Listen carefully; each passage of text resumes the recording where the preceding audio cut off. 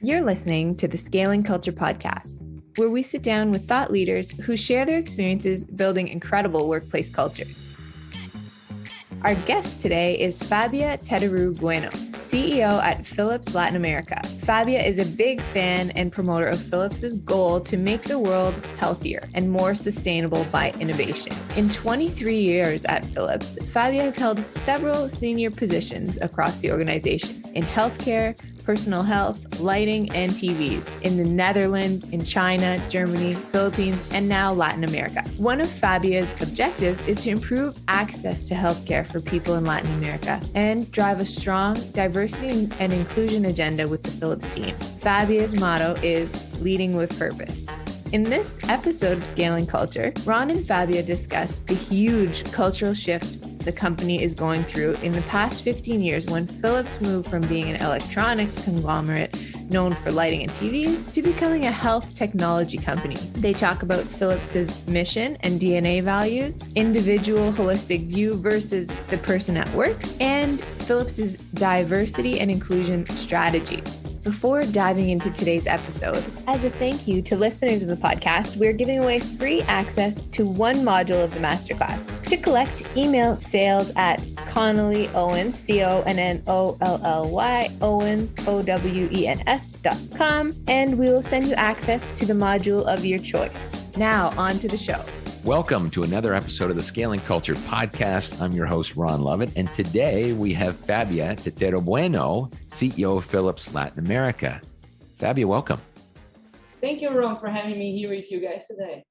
I'm really excited. And I know you're located in Panama, but originally Brazilian, or still Brazilian. You're from Brazil. That's me. Excited to be with you today. Yeah, great. And I was excited, even before our first discussion, I haven't had one on from Philips, and I just find it an interesting company, and I was already, I wasn't aware of the things that Philips are into. And so I want to actually start there. Tell me about how Philips has changed. I bet you, I'm going to assume that most listeners don't know that the company's actually changed over the last 15 years. What did it look like, and what's it look like today? Yeah, it's a very interesting question. And I always say I'm a typical blue heart because I'm 23 years with the company. So I've been seeing all this change in the last 23 years. So most people, mainly in Latin America, think about Philips, think about TVs, think about lighting, because we were a huge Dutch conglomerate for many, many years. We are a company of more than 130 years, and we always have been known for being this huge conglomerate.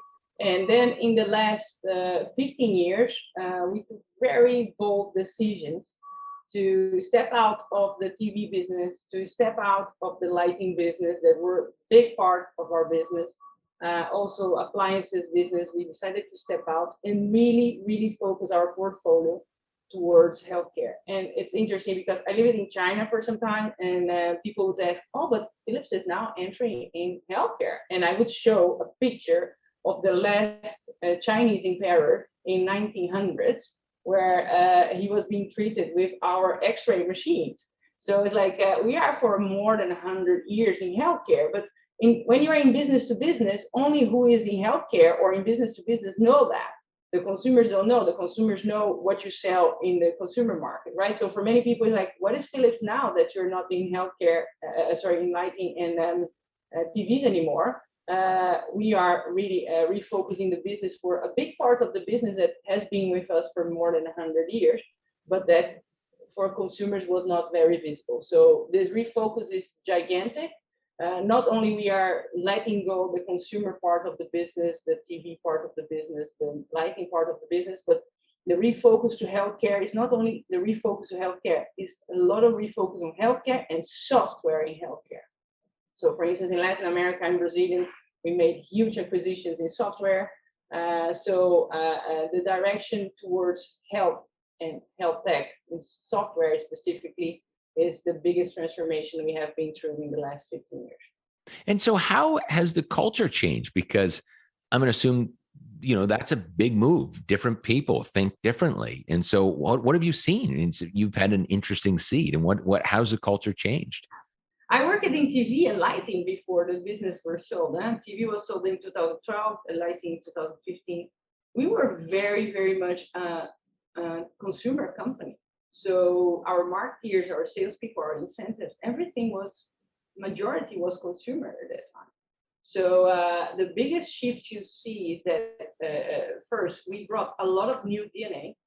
So we have a lot of clinical people that enter the organization. We already had, as I said, for more than 100 years, the healthcare business, but that part grew. So we also had to bring many more medical staff to the organization. As I said, another big shift was towards software. So we have been acquiring many startups and bringing people with a completely different DNA to the business, right? So lastly, that is very relevant is all the part of solutions, because to serve a hospital, you don't go and sell like a box. You sell a complete solution. You have to look their design with them. You need to understand the clinical part, but also the let's say the how the hospital operates. So you need to help them to be more efficient and better serve their patients. You need to understand how they operate. So the transformation is gigantic. We still have an important part of the business that is consumer, but it's also focusing on health. So the consumer part at stake is focusing on health. It is actually connecting us to patients. So it's a completely huge transformation, not only a portfolio, but also go-to-market, also staff, also how we communicate with patients, consumers, and the clients. So it's a big transformation. Yeah. What would you say was one of the biggest challenges? What was the this part of this was just never ending. We had to let go half the people and bring new people on. There was the people were so, you were arguing. It was like politics. What was one of the big challenges as you sat and watched and were involved with this? I personally always have been a person that thinks that change is a constant, right? If you don't change, you don't evolve. If you don't evolve, you die, right? So I always liked this about Philips. But it is something that many people suffer with, because if you change a lot, many people don't like that, right? So I remember that when we took out TV and the lighting business, we disentangled that, a lot of people suffer with that because like, oh, more change, more change. So I think with the last disentanglements, and we did one just last year of the appliances business, I think we learned that in the end, you need to bring the people along and make clear to them, what do you want? So this last disentanglement was very interesting. That was the biggest consumer part that was not related to health that we disentangled last year. And we had very good, courageous conversations with people. So do you want to stay in health, or do you want to stay in consumer business? If you want to stay with consumer, go with that. If you want to stay in health, stay with us. We didn't ask people anymore, do you want to stay in Philips or you want to leave Philips? Because people were with Philips close to their heart. They always would say, I want to stay Philips. No. What do you want for your life and your career? You want a consumer world? You want a health world? And then you decide, and we grow you towards that direction. So I think this is the biggest transformation. Bring people along with you that share the vision of health is the direction we are going. Be with patients, consumers, or professionals. That's the direction. And if you stay because you have that as your priority for your personal development too. So you basically kind of reorganize people in towards their passion. Some says, wow, I'm passionate. I could do that. That's great. I'm aligned with people that are trying to do that. Others like, look, I just really like light bulbs. I just want to make a lot more light bulbs. And yeah, okay. Right. If you are in light bulbs, you can influence people with energy. Energy is a big climate issue today. So if energy is your climate, is your main thing, stay there. If health is your main thing, stay here. So that's, I think, the biggest transformation. Get people along with that. So with that, did you guys do a values transformation or not? You still have the same foundation. We still believe in these 5 things from a cultural perspective, but we just have a different strategy, or not? Did you have to change the actual culture? I think the DNA of Philips, and I work in the company long enough, and I worked in the Netherlands where the company started for some time. If people ask, what is the DNA of Philips? And if you see the museum we have there, you see the 2 brothers that started the company. The DNA is innovation and entrepreneurship. And they were always very communitarian, the two brothers, and they always said how we impact lives with our innovation. And they were super entrepreneurs. And I think that didn't change in our DNA. Innovation, when we feel that we cannot innovate, we cannot add value anymore to something, we step up. So basically say, we are super innovative, so there is where we add value.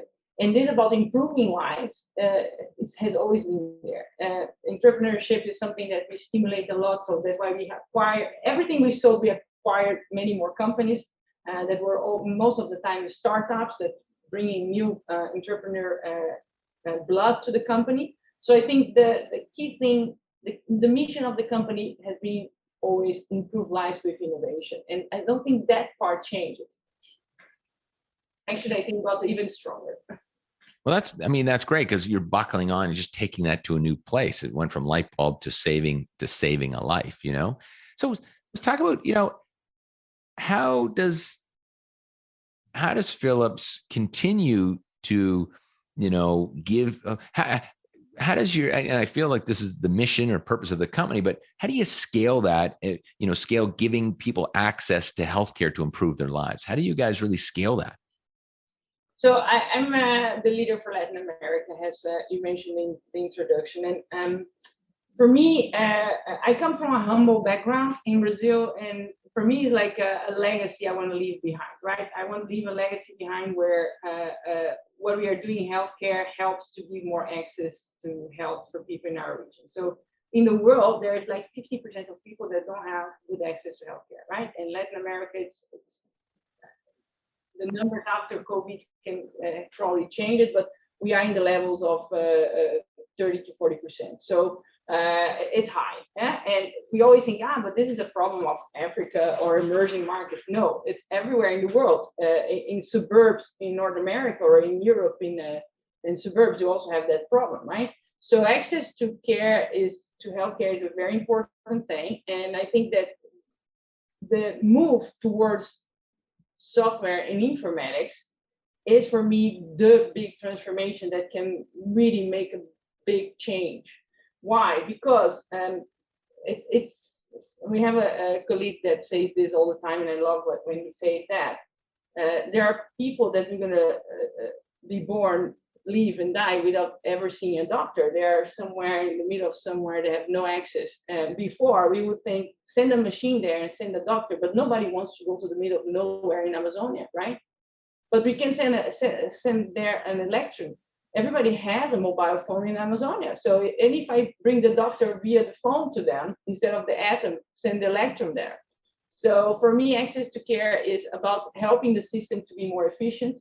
The private sector around the world is extremely edge of technology, top edge of technology, but the public sector is not. There's a lot of efficiency to be gained to serve more people, to support doctors, nurses to do more with what they have in hand. This helps efficiency too, and I think bring, let's say, the care to areas where before we wouldn't reach.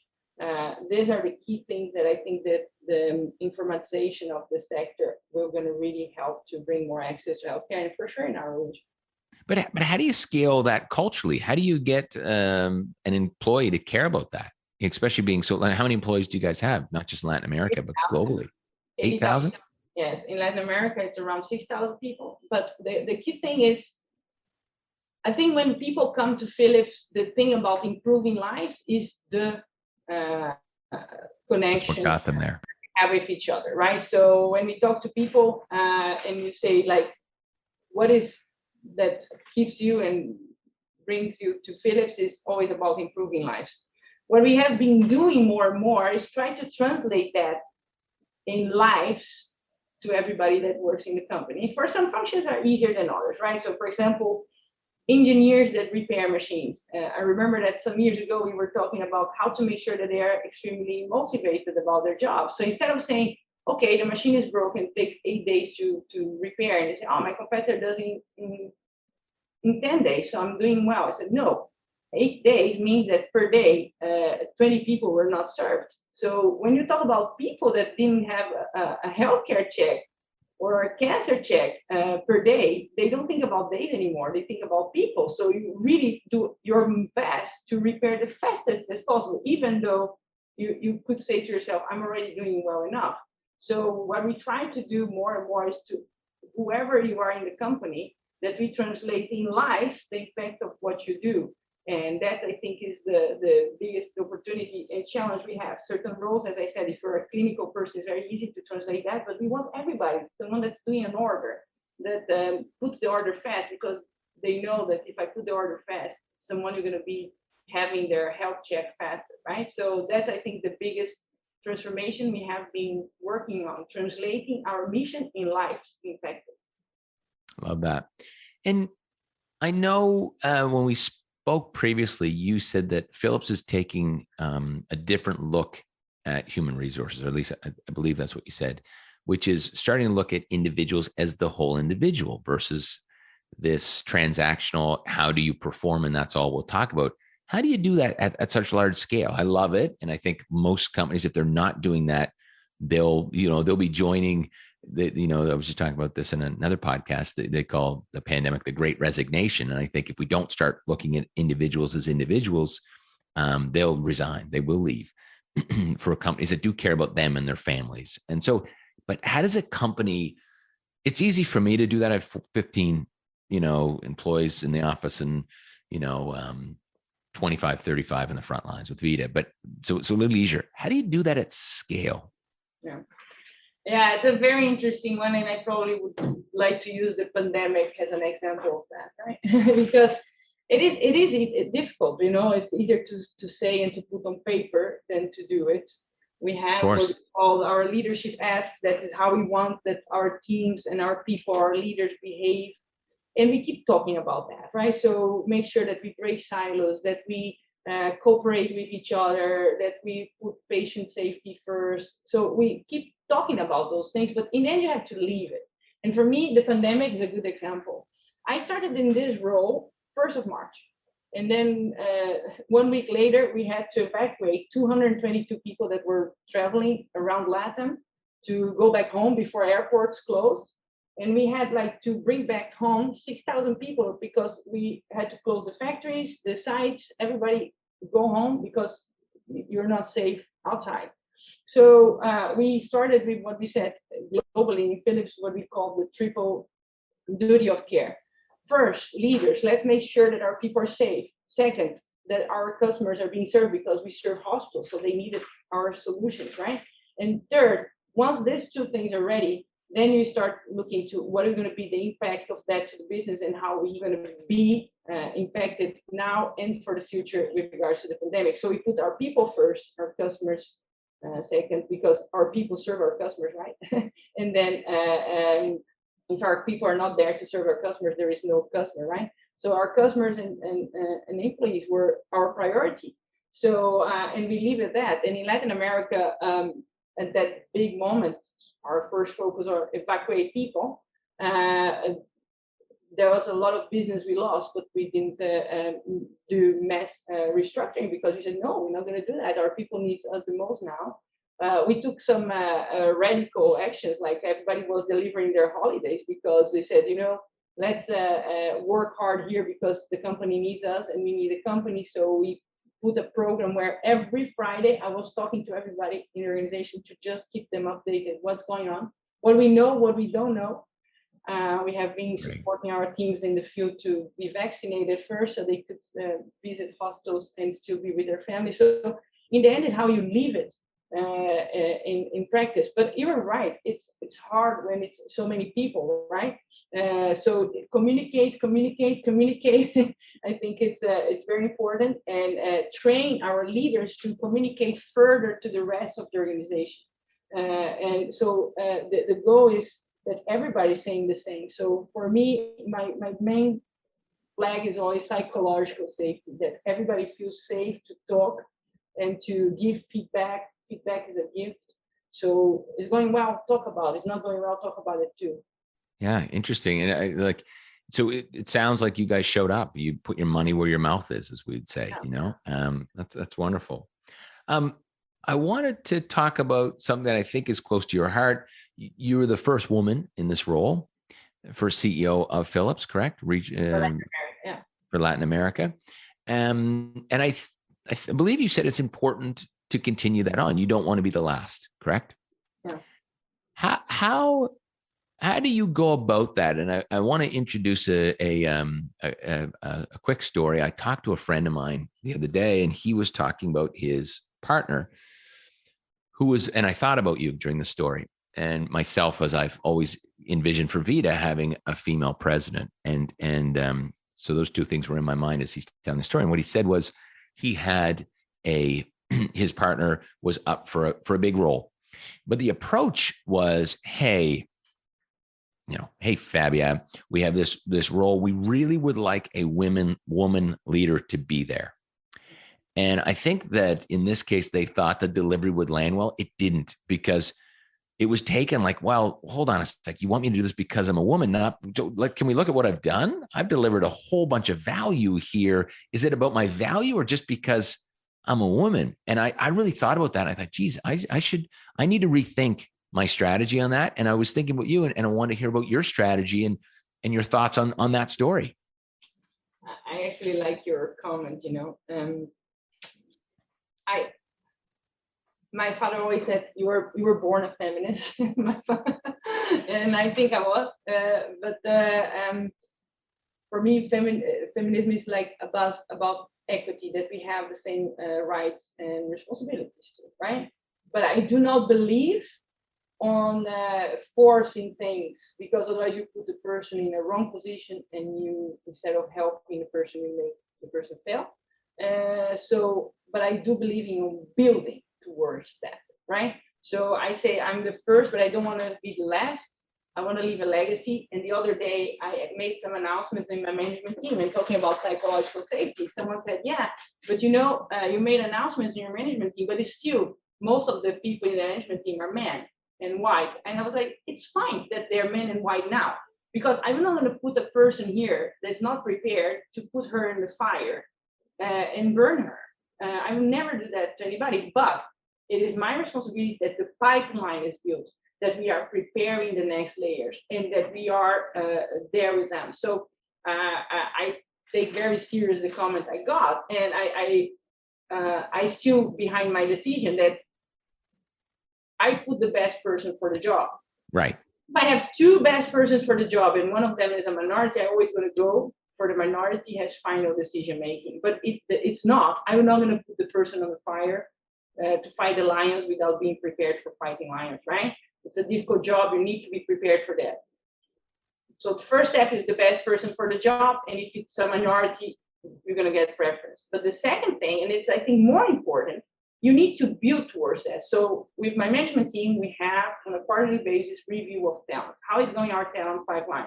And I want to make sure that for every seat we have, if not for the next role, at least for the after next or the next, women in the pipeline. And if we have women in the pipeline, what we can do to accelerate them to grow faster towards that. So it is not about by force, it's not going to happen. It's going to happen by planning. Diversity and inclusion happens by planning. And I see myself as an example. For this role I'm taking now, I knew 4 years ago that my boss wanted me to take that. So I've been prepared to take that, right? So we need to prepare the pipeline, not put people on the fire without being ready. So I think this is one of the key things. The second thing is a lot of coaching, because mainly in Latin America, our culture is, it's still a bit macho culture. You see, like last year in Philips, we didn't lose much, but around me, I know a lot of women that left the workforce because in our culture, the women has to work because the husband alone cannot earn enough, and they also want to work, but they also have to take care of the kids and take care of the house. And last year was a huge impact for women. So we lost a lot of women in the workforce in Latin America, not only because of the company culture or the company policies, but also because of the local culture. So in our organization, I focus a lot on, are the salaries in line? We have a pipeline for women. Are we training them to be ready? Are we coaching them to be ready? But we also started a group of talking about men as allies. We need the men as allies too. Consider women when they're hiring, but also at home, to be partners for their partners, right? So that when they want to grow, they have a partner that's sharing the load with them, so they can grow. In Latin America, it's a huge issue. So the change don't come like short term. You can do things on the short term, but they fall apart if you don't have structurally a mid and long term strategy. So I do take some risks sometimes that I say this person is not completely ready, but I do dare to put her there because it's going to be okay. In very difficult roles, better not, because I don't want to burn the person. But you also have to prepare a pipeline. You have to train. You have to coach the women to be ready for that. But you also have to coach them and the men about the culture outside the company, because that part is sometimes what impacts even more women. And last, before I forget, one of the key issues in our industry is that it's a very technical industry, and often there are much more men going to technical roles than women. So we didn't start yet, but we are starting next year a program where we want to go to high schools and schools to partner with them to show to girls how it's interesting to be also in technical roles that often also pay more and is one of the salary gaps that we see in the world, right? So these are things that we are doing, but in short, I don't believe in shortcuts. To make this happen is a short, mid, long-term strategy necessary. It's interesting. I want to play back kind of some key highlights that I took from what you just said, and I want to make sure I'm getting this right. So it sounds like if you would like to have a woman leader take your place or whatever that looks like, or build up, some diversity within the leadership, that you're doing that in advance. You're saying, look, Ron, or Rhonda in this case, I see a place where you could lead this company. But to do that, there's a few things that I want to make clear. One, I think you need to maybe be coached in these areas, train in these areas, and I like to support you because there's a few gaps just from a leadership perspective to get you there. That's one. But two, I want to be clear, even when you get there, you still have to be the best. Am I getting that right or wrong? In whatever function, you have to give your best. And women always give their best. I actually surprised to see in a new position, sometimes the guy's 80% of the skills and he already applies for it. The woman applies only when she's 100% sure that she has 100% of the skills. So It's not about not giving the best. Independent of the role, you need to give your best always. But also you need to stimulate the women to feel that they are ready to go, apply, and give their best. Right. Fabia, it's been a great conversation. I've really enjoyed this. Is there anything else we didn't talk about that is key, that's on your mind that you wanted to get out there before we wrap? Well, I think that both with regards to access to care or diversity and inclusion, and because these are the key things I mentioned to you that are the legacies we want to leave in Latin America, but with transformations in general, everything is beautiful on paper. It's how you execute and bring it to reality and walk the talk that really makes the difference. So for me, it's again, there are always ways to have shortcuts, good results. I always tell people, don't come to me with watermelon KPIs, that's beautiful green outside and red inside, because it's only short-term shortcuts. We only can transform when we do that structurally with mid to long-term strategy behind. Yes, of course, you need short-term results because there is no long-term without short-term.